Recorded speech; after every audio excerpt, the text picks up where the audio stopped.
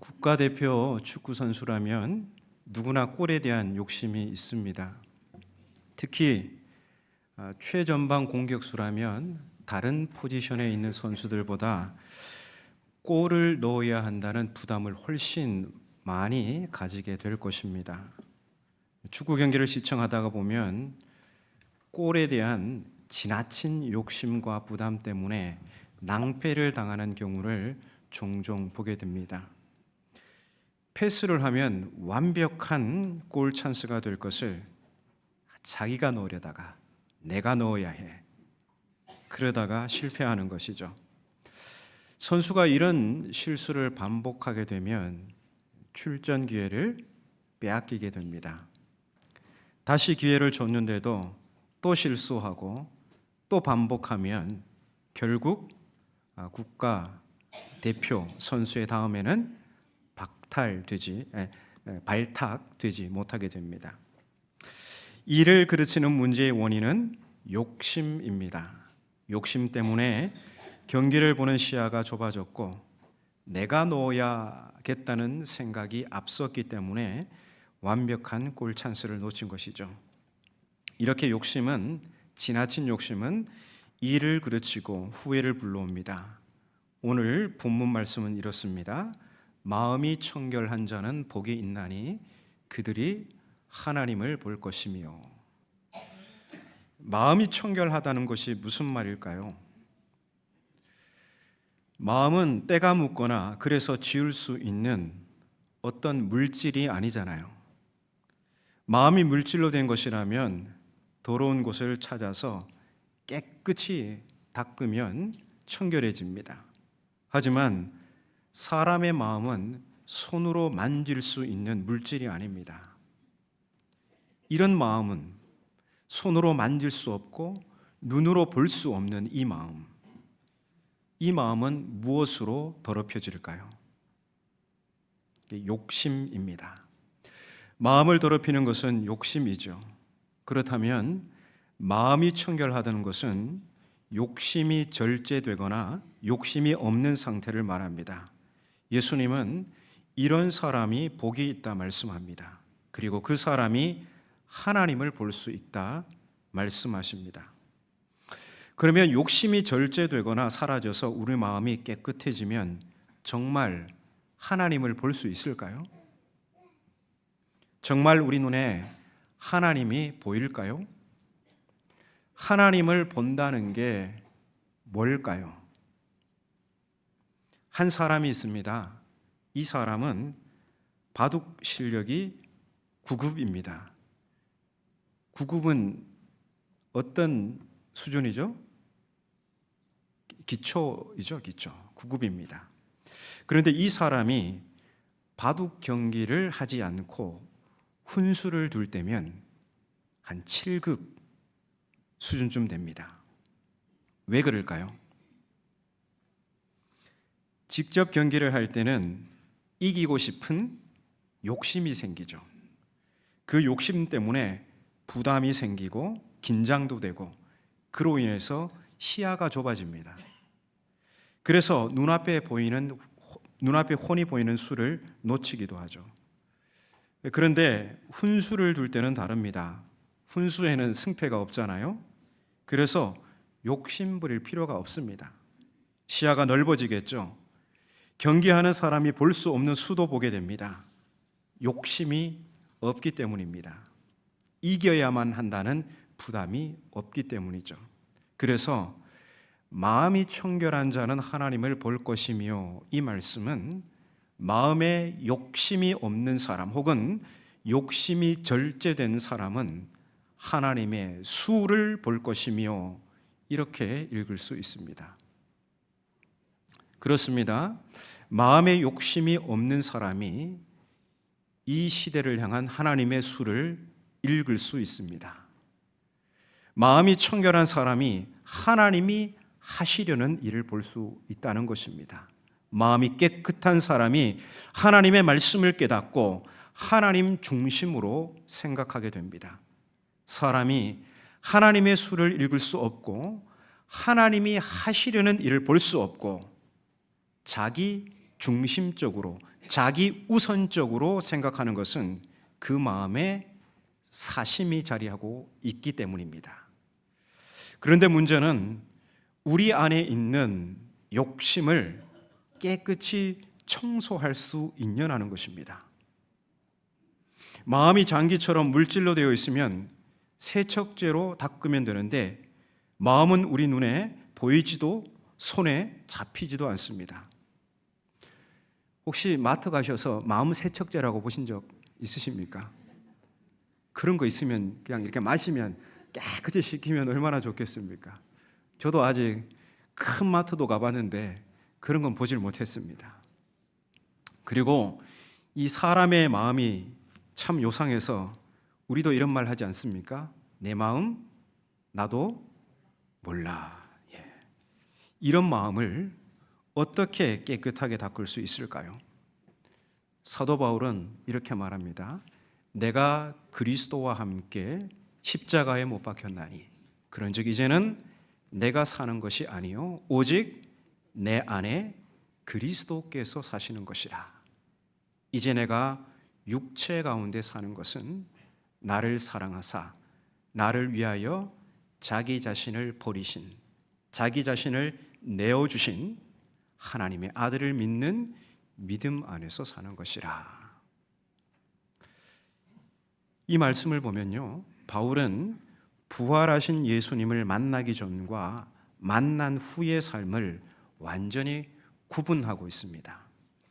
부활하신 예수님을 만나기 전 바울의 삶은 내가 사는 것이었고, 부활하신 예수님을 만난 후 바울의 삶은, 이전의 나의 삶은 그리스도와 함께 십자가에 못 박혔다, 죽었다는 겁니다. 그리고 오직 내 안에 부활하신 그리스도께서 사시는 것이 되었습니다. 그리스도의 부활 생명이 바울의 마음을 다스리니 이제 그의 삶은 자기 자신을 위한 삶이 아니라 그를 위해 자기 자신을 내어주신 하나님의 아들을 위한 삶으로 바뀌게 됩니다. 어떻게 이런 변화가 가능할까요?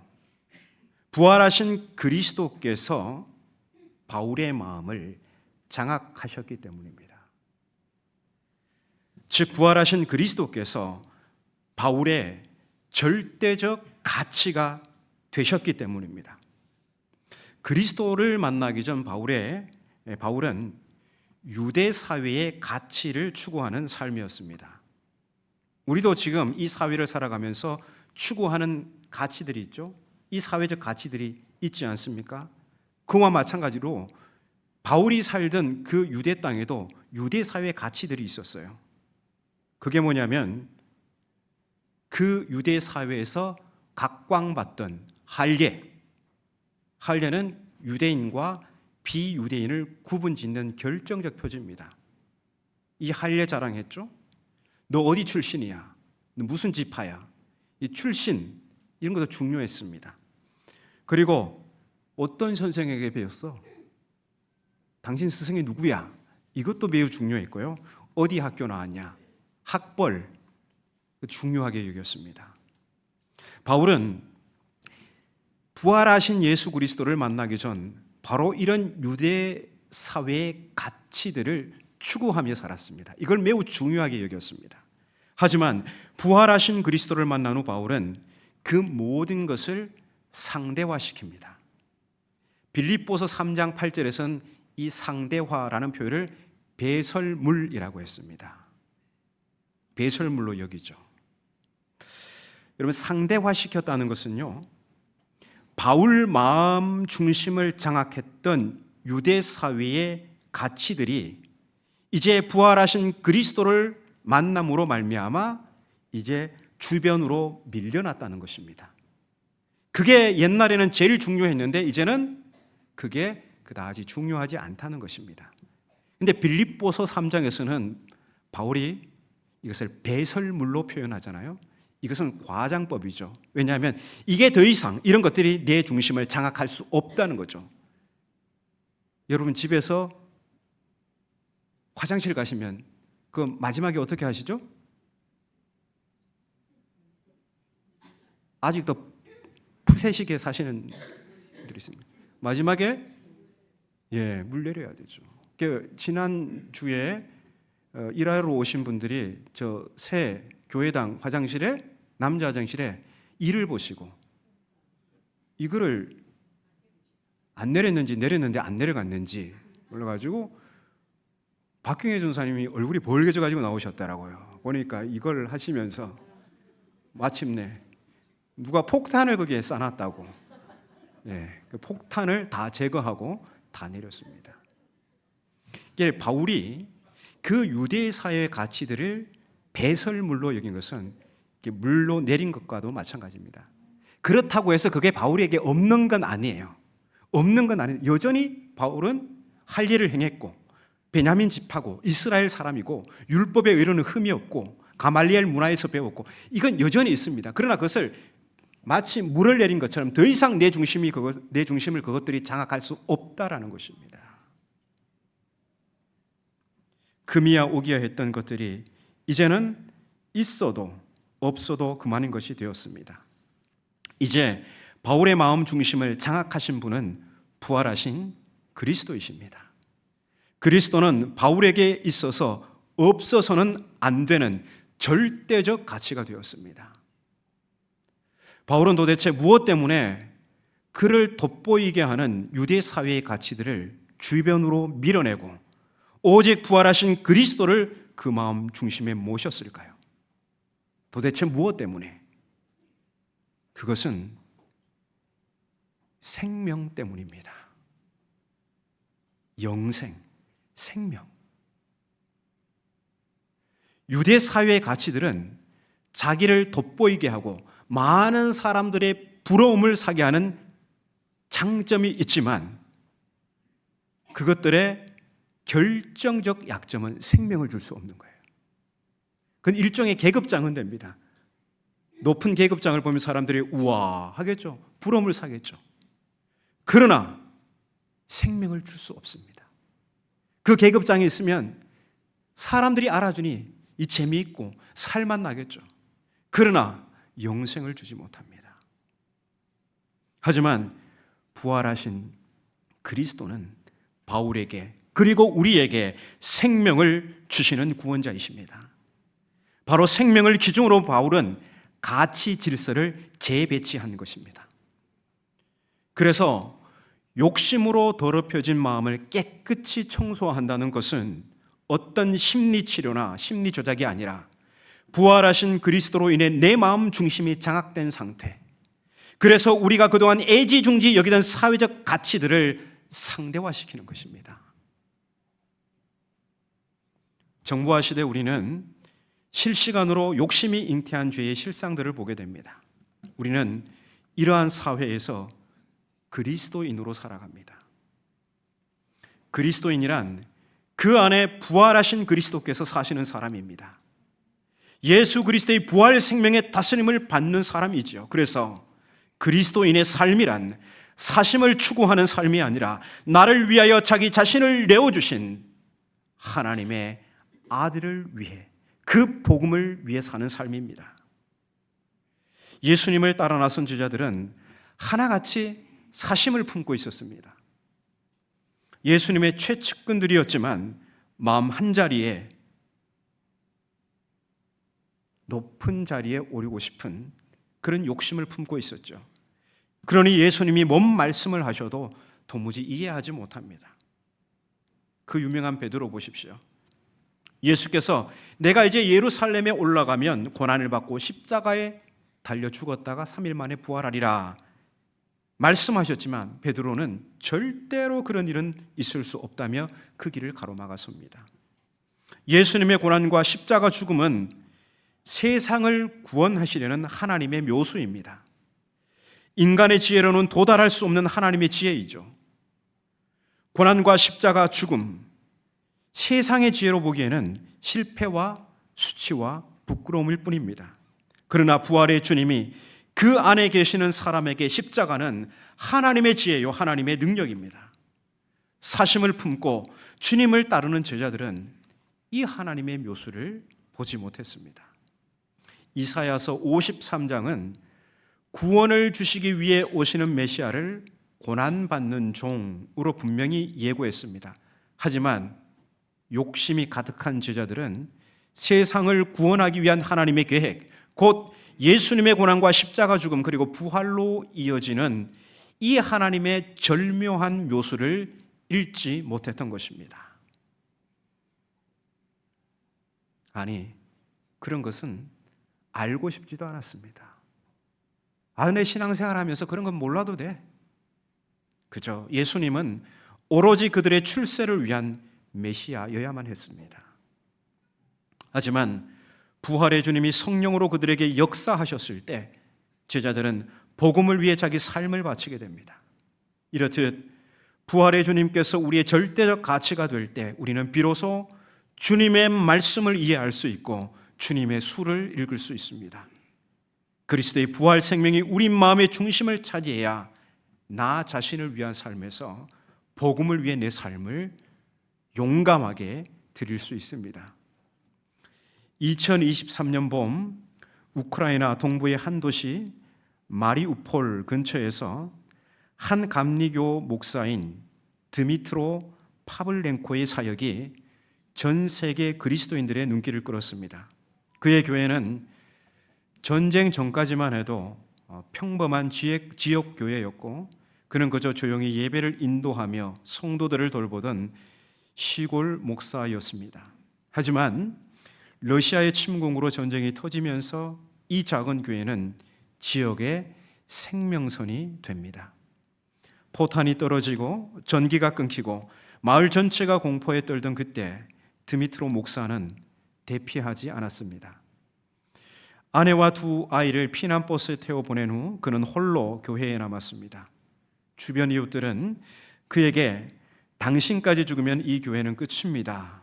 잠시 피난해 있는 게 좋겠습니다 하고 간청했지만 그는 하나님께서 지금 여기에서 일하십니다. 나는 그것을 보고 있고 하나님께 순종할 뿐입니다 라고 대답했습니다.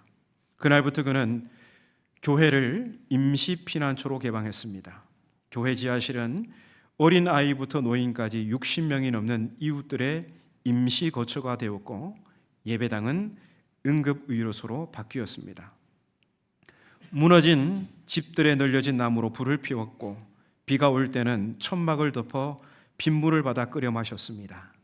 극심한 환경이었지만 그는 매일 예배를 드리며 사람들을 위로했고 아이들을 위해 전쟁 속 주일학교를 열었습니다. 하루는 가장 격렬한 폭격이 있던 밤이었습니다. 모든 사람이 두려움에 떨고 있는데 그는 조용히 피아노 앞에 앉아 찬송가 내 주 되신 주를 참 사랑하고를 연주했습니다.